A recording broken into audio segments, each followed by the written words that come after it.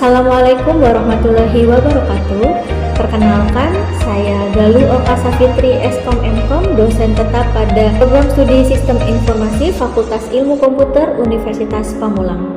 Pada semester ini, saya mengampu mata kuliah Perancangan Basis Data 2 yang merupakan mata kuliah wajib dengan bobot 2 SKS dan ditempuh oleh mahasiswa semester 2.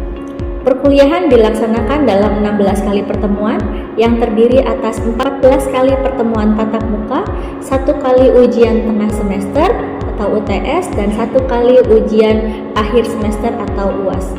Mata kuliah Perancangan Basis Data 2 ini merupakan mata kuliah lanjutan yang membahas implementasi pengelolaan basis data menggunakan Structured Query Language atau SQL.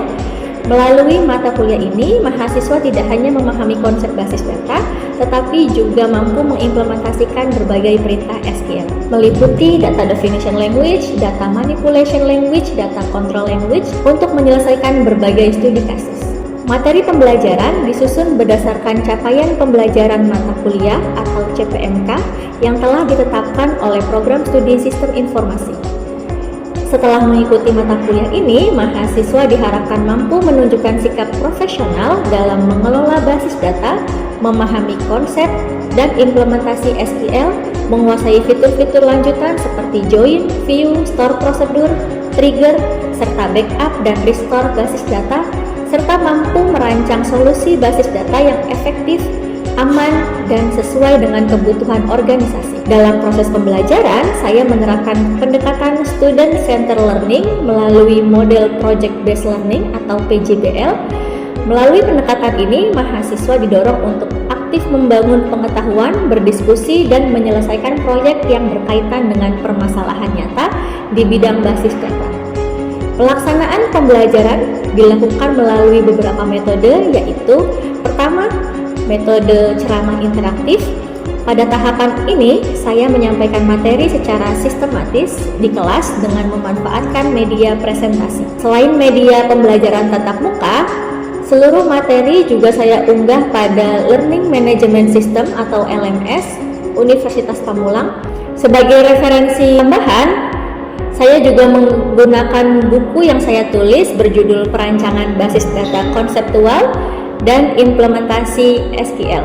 Buku ini menjadi salah satu sumber belajar untuk membantu mahasiswa memperoleh materi yang terstruktur, relevan, serta sesuai dengan perkembangan ilmu pengetahuan dan kebutuhan dunia industri. Kedua, metode diskusi. Mahasiswa diberikan kesempatan untuk bertanya, menyampaikan pendapat, serta mendiskusikan berbagai permasalahan yang berkaitan dengan materi pembelajaran. Melalui kegiatan ini, diharapkan kemampuan berpikir kritis, komunikasi, dan kolaborasi mahasiswa dapat berkembang secara optimal. Kemudian yang ketiga, metode praktik. Mahasiswa diberikan berbagai studi kasus yang diselesaikan dalam bentuk proyek menggunakan SQL. Dengan demikian, mahasiswa tidak hanya memahami konsep teoritis, tetapi juga mampu menerapkan pengetahuan tersebut dalam menyelesaikan permasalahan yang sering dijumpai di dunia kerja. Untuk mendukung proses pembelajaran, saya memanfaatkan beberapa media dan perangkat lunak, yaitu Microsoft PowerPoint sebagai media presentasi, Laragon sebagai web server untuk menjalankan layanan MySQL, serta dbeaver sebagai aplikasi untuk membuat, mengelola, dan mengeksekusi perintah-perintah SQL. Evaluasi hasil belajar mahasiswa dilakukan secara berkesinambungan dengan komposisi penilaian sebagai berikut. Kehadiran 10%, tugas 20%, ujian tengah semester 30%, ujian akhir atau UAS 40%. Selain penilaian melalui tugas UTS dan UAS, saya juga memberikan umpan balik secara berkala terhadap hasil praktik dan proyek mahasiswa. Umpan balik tersebut bertujuan agar mahasiswa dapat mengetahui capaian belajarnya, memperbaiki kesalahan, serta meningkatkan kompetensi secara berkelanjutan. Melalui strategi pembelajaran tersebut, saya berharap mahasiswa tidak hanya mampu memahami konsep basis data, tetapi juga memiliki keterampilan dalam merancang, mengimplementasikan dan mengelola basis data secara profesional sesuai dengan kebutuhan organisasi maupun dunia industri. Selanjutnya, saya akan mendemonstrasikan proses pembelajaran mata kuliah perancangan basis data 2 pada pertemuan 3 dengan materi Data Definition Language. Bismillahirrahmanirrahim. Assalamualaikum warahmatullahi wabarakatuh. Selamat pagi dan salam sejahtera untuk kita semua. Gimana teman-teman mahasiswa kabarnya? Alhamdulillah, semoga kita selalu dalam keadaan sehat terus ya. Amin. Nah, pada pagi hari ini kita akan memasuki pertemuan ketiga untuk mata kuliah perancangan basis data 2 dengan materinya Data Definition Language atau biasa disingkat dengan DDL. Nah, sebelum kita memulai materi pada pagi hari ini, mari kita berdoa sesuai dengan agama dan kepercayaan masing-masing. Berdoa, dimulai.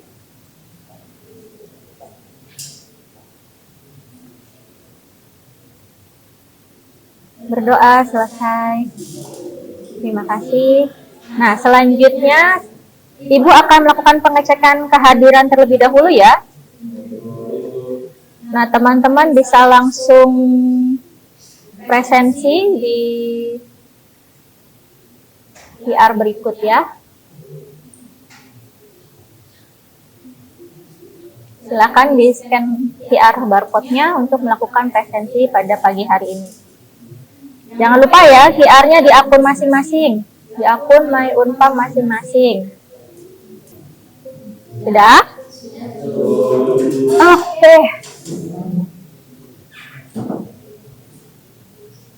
Nah, sebelum kita masuk ke materi yang baru yaitu Data Definition Language, kita review dulu nih materi yang minggu lalu. Semoga teman-teman masih ingat ya. Apa materi minggu lalunya? Belajar hak akses. Perintah apa saja yang minggu lalu kita pelajari? Grant dan revoke. Terus kemudian fungsi grant dan revoke itu untuk apa?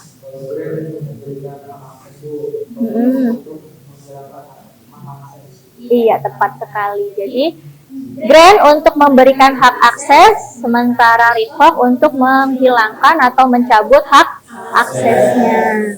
Nah, sebelum kita bisa memberikan hak akses atau si grant ini kepada suatu pengguna atau suatu akun, apa dulu sih yang harus disediakan oleh sistem basis data kita?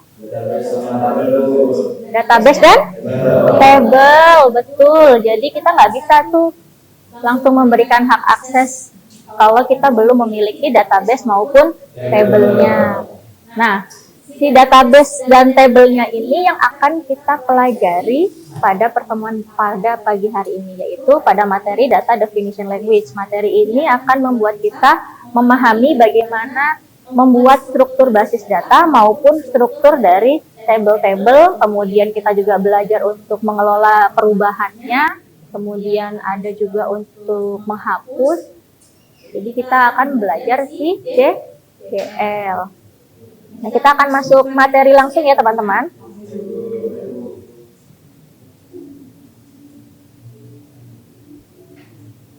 Pada pertemuan 3, yang pertama kita akan mempelajari perintah create, bagaimana kita membuat database dan table, lalu ada perintah alter, ada perintah drop, dan ada perintah truncate.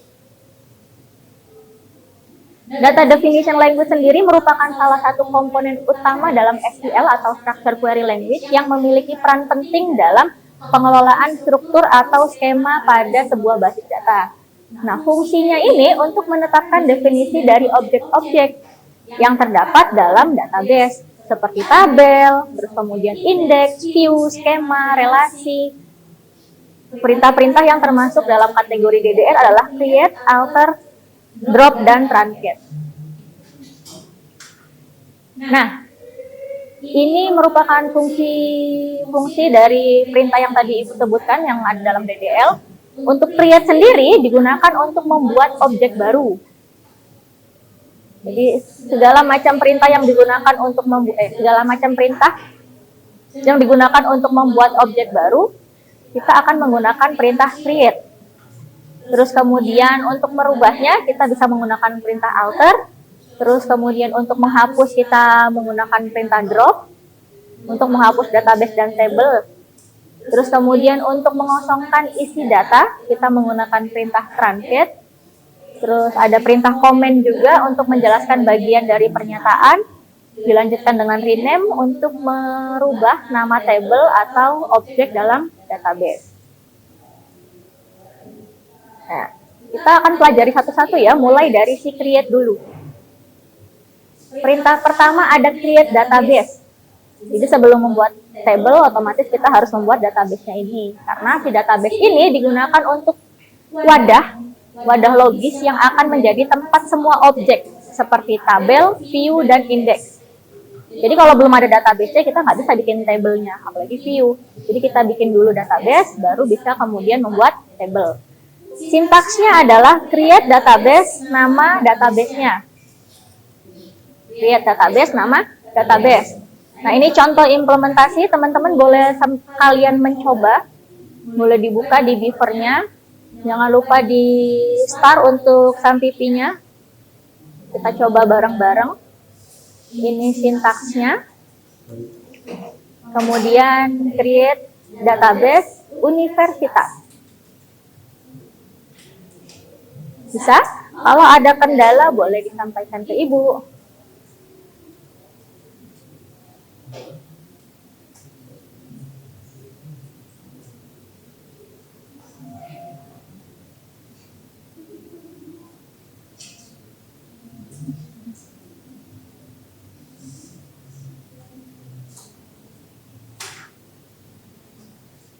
Jadi sambil dicoba, berhasil? Nah, kalau sudah berhasil, nanti data source-nya akan bertambah database baru ya.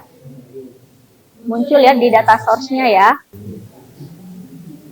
Nah, ini ada contoh lagi. Silakan teman-teman bisa langsung dipraktekkan. Tadi sudah ada database-nya, lalu sekarang kita buat table-nya. Tabelnya dibuat di dalam database yang tadi sudah kita buat ya.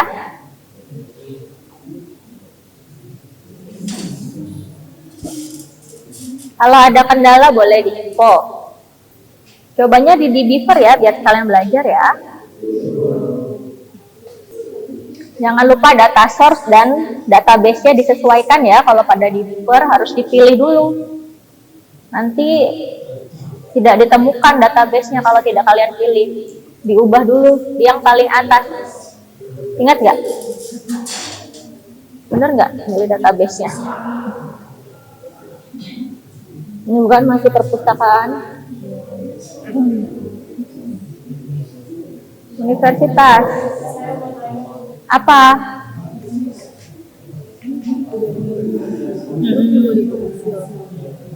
Di sini nggak ada. Di-refresh dulu. Loh, bukan ini lokal pas ini mau diganti nama. Oh, refresh dulu. Oh, baru nanti nama. Tuh kan, iya harus di-refresh ya. Kalau tadi setelah create database belum muncul, kayak kendala teman kalian, database-nya belum muncul di data source, maka di-refresh dulu ya. Di-refresh, nanti baru muncul si database terbarunya. Sama, nanti kalau ketika membuat table tidak langsung muncul di database-nya, maka perlu di-refresh dulu ya.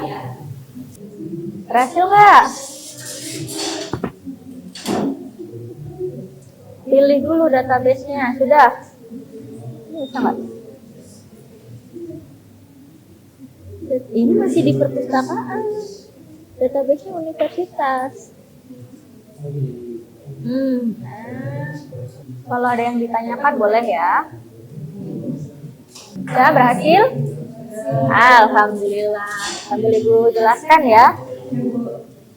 Nah, tadi teman-teman baru saja berhasil membuat database dan membuat table. Si database maupun table untuk namanya, nama, database dan tabel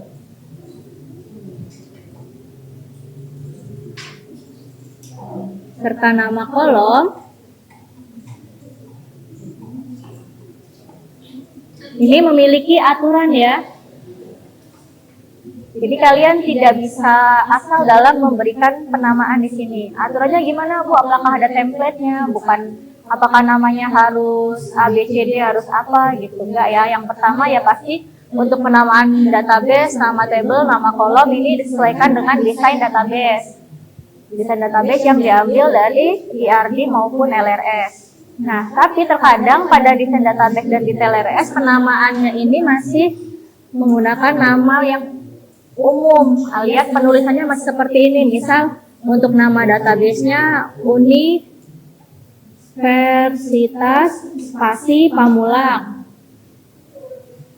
Jadi seperti ini ya. Nah, ini tidak diperkenankan dalam pembuatan nama database. Dengan SQL ini nggak boleh. Kalau mau digabungkan atau diberikan underscore. Karena kalau misalnya dipisah oleh sistem dianggapnya adalah dua kata yang berbeda, bukan satu kata. Jadi sistem tidak mampu mengenali spasi ini, dianggapnya dua suku kata yang berbeda. Padahal kalau dari sisi kita sebagai manusia itu masih nyambung gitu kan ya, itu masih satu kesatuan. Nah, tapi sistem tidak mampu berpikir seperti itu, maka jangan menggunakan spasi. Digabung saja tanpa spasi atau diberikan underscore. Bu, kalau misalnya pakai titik boleh nggak gitu ya? Nggak boleh juga. Karena titik ini di dalam bahasa SQL ada fungsi lain juga.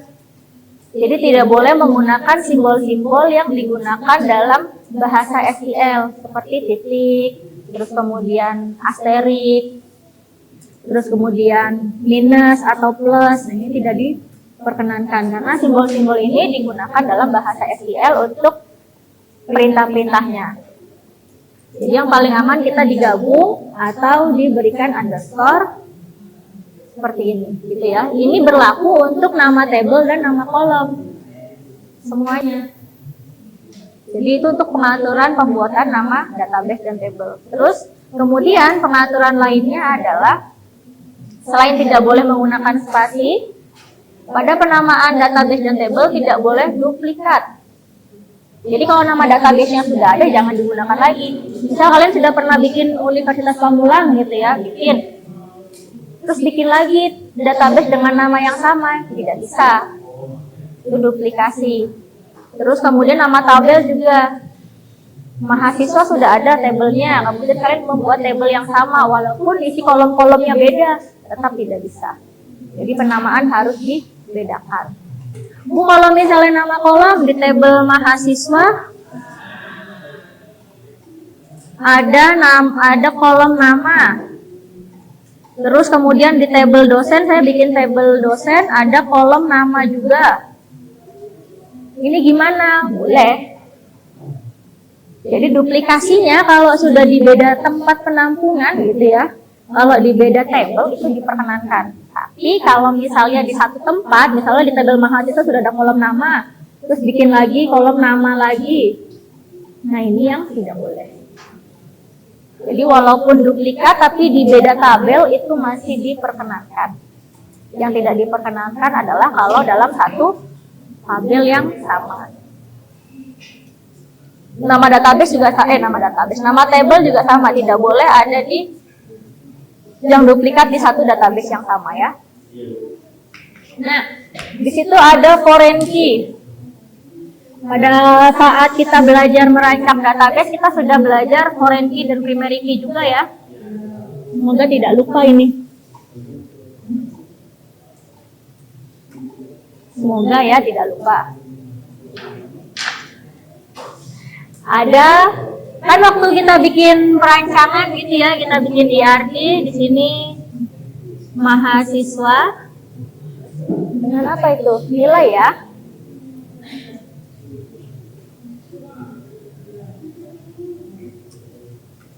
Nilai. Nah, sudah ada FK-nya. NIM sebagai SK.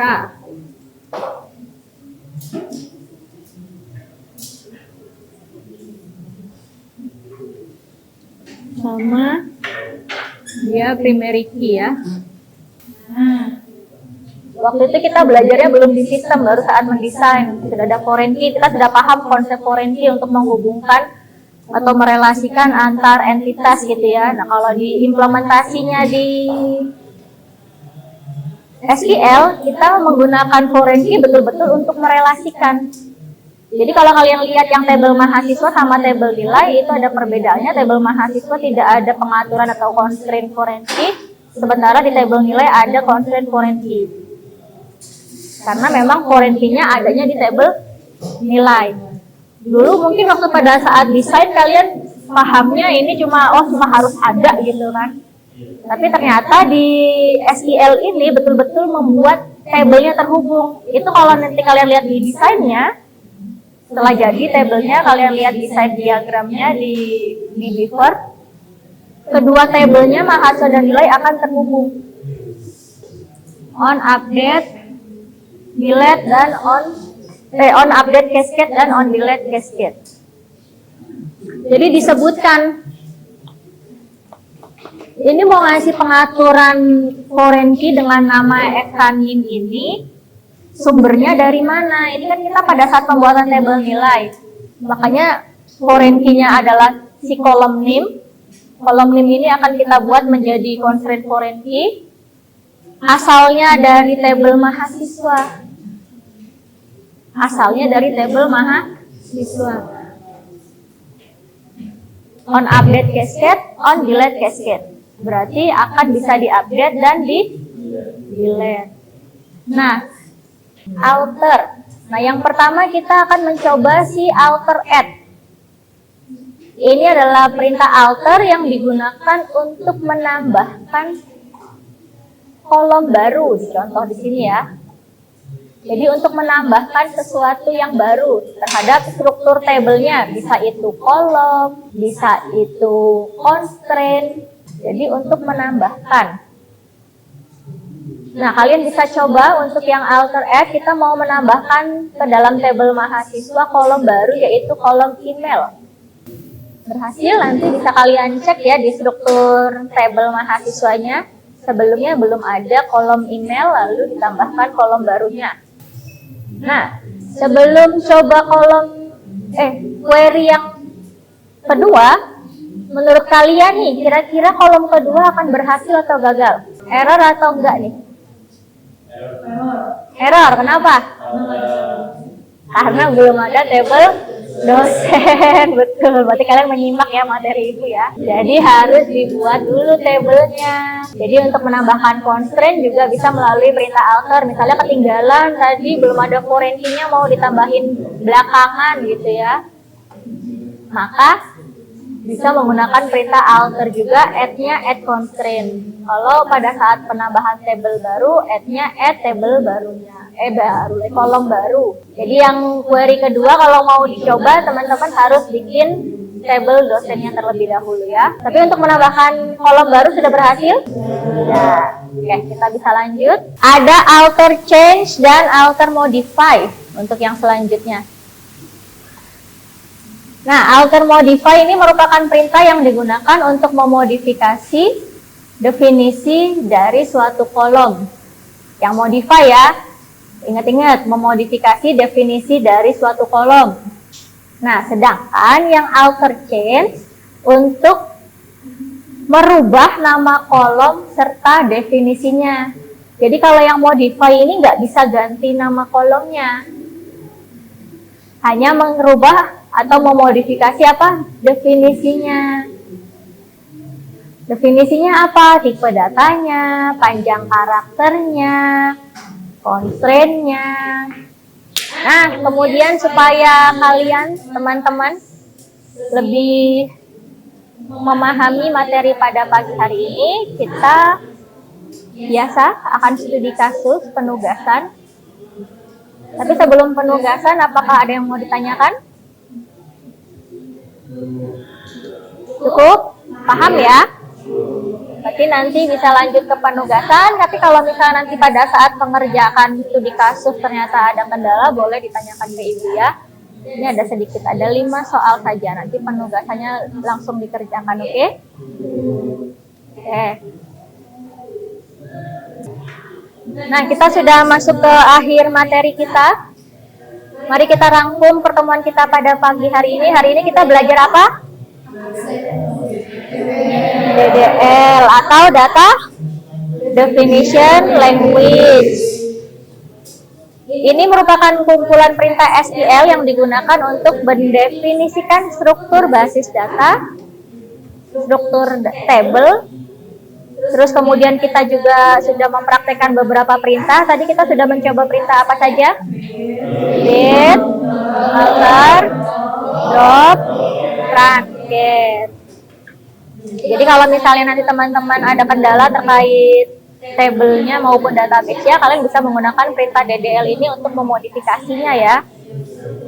Ini juga merupakan perintah yang menjadi pilar utama, karena memang perintahnya isinya digunakan untuk membuat struktur utama dari database-nya. Jadi kalian harus betul-betul paham ya. Nah, Ibu berharap pembelajaran hari ini tidak hanya kalian memahami konsep teorinya saja, tapi juga bisa mampu mengimplementasikan si DDL ini untuk membuat suatu basis data atau mengelola suatu basis data yang sesuai dengan kebutuhan sistem ya. Karena nanti capaian kita terutama adalah untuk membuat suatu sistem yang terintegrasi dengan database yang baik. Jadi harapan Ibu semoga kalian tidak hanya paham secara teori, tapi juga bisa mempraktekannya, oke? Nah, sebelum Ibu akhiri perkuliahan hari ini, apakah ada lagi yang mau ditanyakan? Cukup? Oke, terima kasih atas partisipasi teman-teman, keaktifan teman-teman. Ibu akhiri. Terima kasih. Wassalamualaikum warahmatullahi wabarakatuh.